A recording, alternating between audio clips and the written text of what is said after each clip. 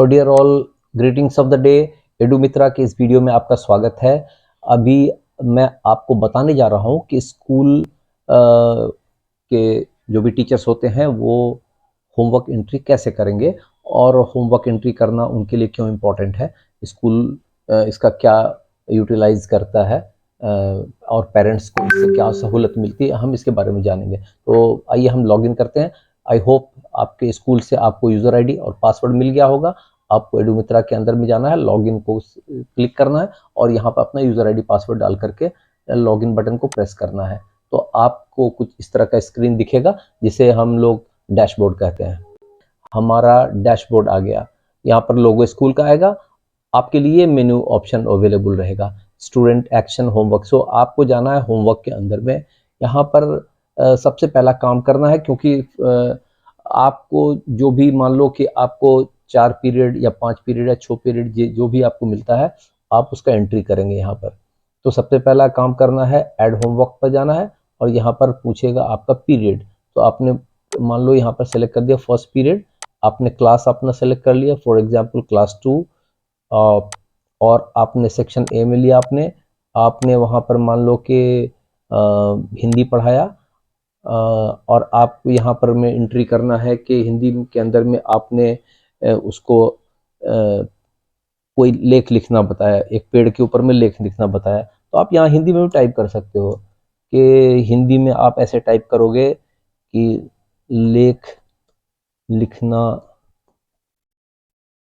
सिखाया गया, और होमवर्क में आपने दिया कि पेड़ के ऊपर में एक लेख लिखो।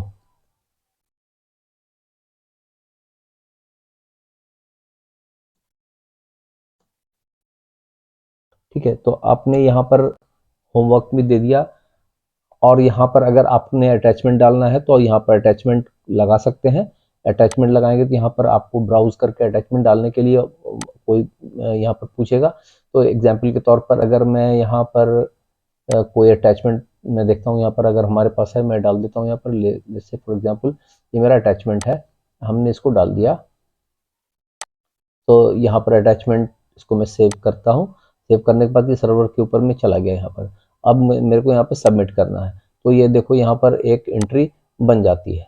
तो और दोबारा और पूछता है कि आपको दोबारा एंट्री करना है, तो it is bringing you on the same screen to enter another homework. तो आपने यहाँ पर देखना है अब कि आपने कौन कौन से होमवर्क एंट्री करे। माय होमवर्क एंट्रीज के अंदर आप देखोगे तो आपको दिखेगा। फॉर एग्जांपल अभी मैंने एक और एंट्री करा हुआ था और दूसरी एंट्री हम लोगों ने फिर से यहाँ पर किया। और हो सकता है कि देखो मैंने पीरियड 1 में 2 एंट्री कर दिया, तो ये मेरा सही नहीं है। तो अगर मेरे को इसको डिलीट करना है तो मैं इसको डिलीट भी कर सकता हूँ। यहाँ पर मैं इसको क्लिक करूँगा और ये हमारा ये डिलीट हो जाएगा। और अगर मेरे को दूसरा एंट्री करना है तो मैं यहाँ पर मान लो फर्स्ट पीरियड सेकंड पीरियड में मेरे को एंट्री करना था, तो मैं यहाँ पर सेकंड पीरियड ले लूँगा और मैं एंट्री यहाँ पर कर दूंगा, सेम प्रोसेस को रिपीट कर दूंगा। अब आइए हम लोग जानते हैं कि मैनेजमेंट इसको कैसे ट्रैक करेगा।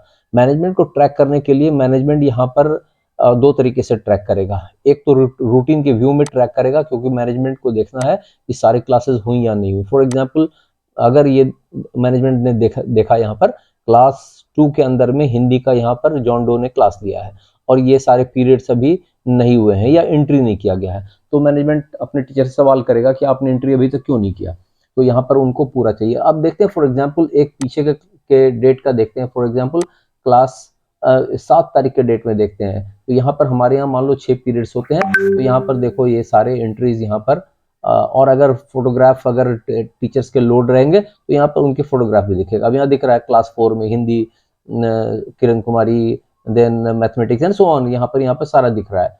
तो मैनेजमेंट इसे ट्रैक करता है कि उनके, और सेम चीज सेम इंफॉर्मेशन जो है रिस्पेक्टिव पेरेंट्स को उनके बच्चे के रिस्पेक्टिव क्लास के लिए दिख जाता है।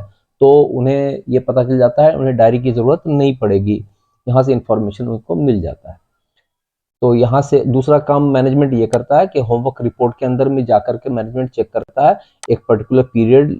जैसे फॉर एग्जांपल अगर उन्हें फरवरी से देखना है और मान लो कि क्लास 1 के अंदर में देखना है, और ये देखना है कि साइंस के अंदर में कैसे पढ़ाई हुई है, क्या क्या पढ़ाई हुआ है, तो ये देख सकते हैं यहाँ पर कि साइंस के अंदर में 21 पीरियड्स हुए हैं और उसके अंदर में लेसन प्लान से अगर मैच कर रहा है या नहीं मैच कर रहा है, इस चीज़ को देख सकते हैं। तो मैनेजमेंट इसको अपना एज ए ट्रैकिंग टूल इस्तेमाल करता है और आपके पढ़ाई हुए चीज़ों को ट्रैक करता है।